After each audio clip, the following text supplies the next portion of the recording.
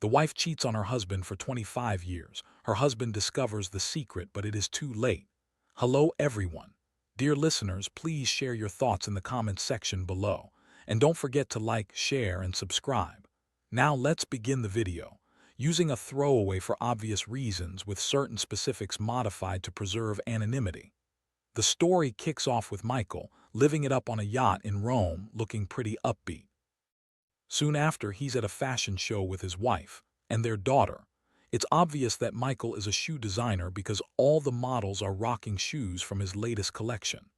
After the show wraps up, Michael and head over to the dressing room where Michael greets the designer, Sarah, and her assistant, Mark. At that point, tells her dad she's leaving because her husband, David, is waiting outside. She waves goodbye to her mom and heads out with David. Meanwhile, Mark's friend and Sarah's assistant tries to talk Michael out of retiring, but Michael's made up his mind and insists that now's the right moment to step back. When Peter approaches him, Michael says, "You know Mark?" And Mark responds with a simple "yeah." Peter then tells, "I'll leave you two to talk and meet you at the restaurant later to celebrate." Soon after, takes a seat at the restaurant where Peter is waiting. They chat quietly, and he mentions how much he loves her shoes but isn't a fan of Sarah or Mark. They pick their meals from the menu, and Peter mentions that the restaurant serves fish like no other in Rome. It turns out often travels to Rome for business deals with shoe stores. Then asks him, "Have you ever felt like being with someone else besides me?"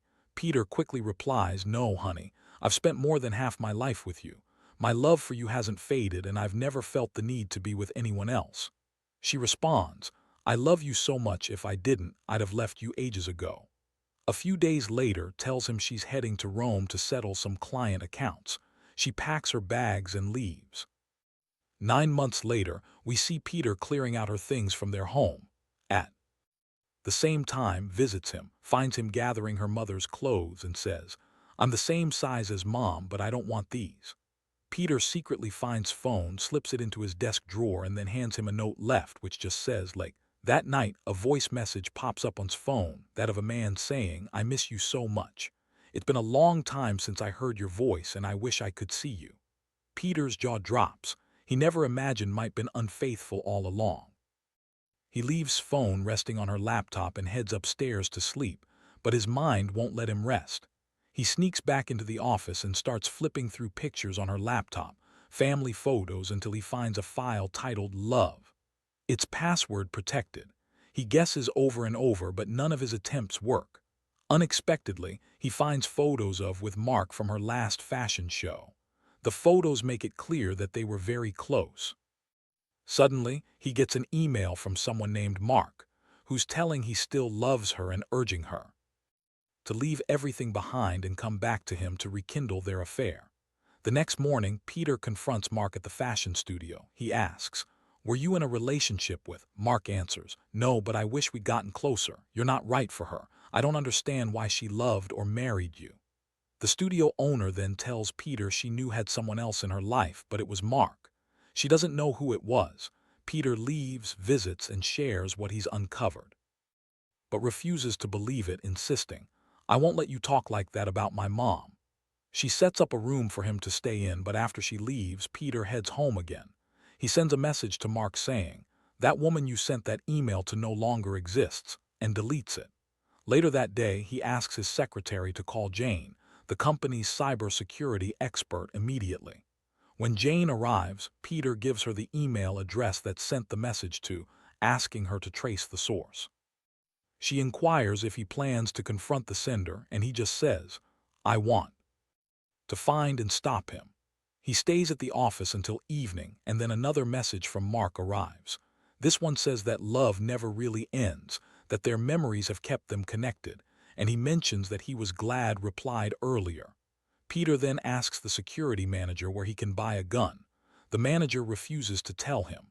Fearing he might do something desperate later, Peter tries different passwords to open the folder on his laptop.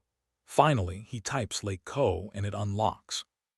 His eyes widen as he sees pictures of with another man in Milan, meeting at restaurants by the lake and in a hotel room. The images leave no doubt. They were involved. Joyce then sends him the details of Mark's email sender, a guy named Carter living at 36th Street in Milan. Peter tells his secretary to book him a flight and hotel.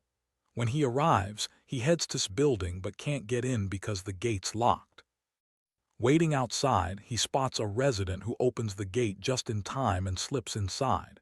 He scans the mailboxes at the entrance but doesn't see his name. He heads upstairs, waiting in case. Comes out. After a while appears and heads into a cafe. Peter follows him and finds sitting in the chess section. He's just lingering, not approaching him. Meanwhile, gets worried when Peter doesn't answer her call. Later, we see Peter in his hotel room flipping through photos of With, noticing how happy she looked with him that night. He can't sleep, his thoughts racing.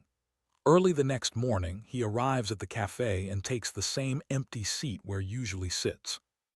Shows up and finds Peter there before he can approach him. They start talking and admits that his mom is British and his dad is Spanish. He doesn't stay in one place long and loves visiting London and New York. Just then, Peter gets a message from asking him to let her know he's okay, so he inquires about England from.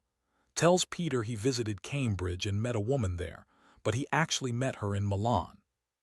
Her name was Lisa, a shoe designer, and he describes how he first saw her, wearing red shoes, standing out with her design and color. When she came close, started talking to her and she responded like they'd known each other forever. He says he last saw her 9 months ago but is confident he'll meet her again soon. Peter's heart drops. Betrayed, he pulls himself together and asks, "When was the last time you saw her?" Answers, "9 months ago, but I believe I'll see her again soon." At the same time, and her husband walked to Peter's house to check on him but find he's gone. Finds her mom's phone and listens to his message, stunned because she'd been suspicious all along. The next day, Peter and meet again at the cafe for another chess match. During the game, Peter asks if used to come to Milan often. Recalls a time they stayed at a shoe factory. When Lisa insisted on ending their relationship, begged her to escape with him. He describes how they danced in front of factory workers that day and everyone cheered. That night, they ran together in the rain, and Lisa looked happier than ever. Peter remembers a day when Lisa came back from Milan, smiling as he greeted her at the door, telling him she missed him. He thought that distance made her appreciate him more, unaware she'd been unfaithful. He also recalls her last words at the restaurant, which linger in his mind. The next morning, Peter goes to a museum with and asks if he's ever married. Says no, he doesn't believe in tying himself down and has a son he barely knows. He tells Peter that love doesn't end easily. There are too many memories, and he's sure they'll see each other again. The following day, they play chess again and bets he's going to win. You're stuck and there's no escape. But Peter surprises him with a victory. Suddenly, Peter gets a call from Lisa's number, panics and quickly answers, calling her name. Peter and rush outside. It turns out Abigail called using his phone. When she hears his voice, she ends the call without speaking.